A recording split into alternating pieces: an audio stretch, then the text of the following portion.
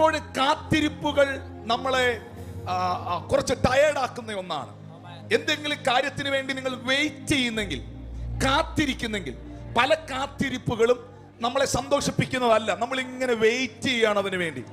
ഒരു ചെറിയ ഉദാഹരണം പറഞ്ഞാൽ, ഉച്ചയ്ക്ക് 1 മണിക്ക് വരാമെന്ന് പറഞ്ഞ ഒരാള് 1 മണിക്കും വന്നില്ല, 1:30ക്കും വന്നില്ല, 2-നും വന്നില്ല, 3 മണിക്കും വന്നില്ലെങ്കിൽ നിങ്ങൾ അങ്ങ് മുഷിയും. നിങ്ങൾ ഒരു ചെറിയ ഒരാളിനെ, ഒരു വ്യക്തിയെ വെയിറ്റ് ചെയ്തതാണ്.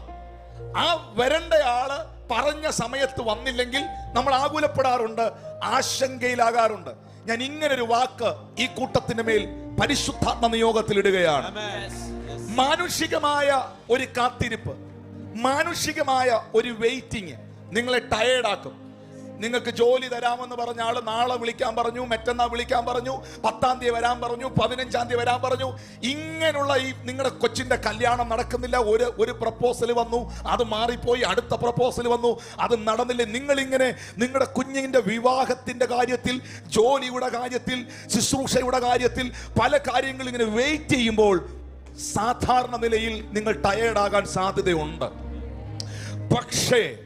പക്ഷേ മനുഷ്യനെ കാത്തിരിക്കുന്നത് പോലെയോ മാനുഷിക സംവിധാനങ്ങൾ കാത്തിരിക്കുന്നത് പോലെയോ അല്ല ദൈവിക വാഗ്ദത്തത്തിന്റെ കാത്തിരിപ്പ്. ബൈബിൾ പറയുന്നു, യഹോവയെ കാത്തിരിക്കുന്നവൻ ശക്തിയെ പുതുക്കും.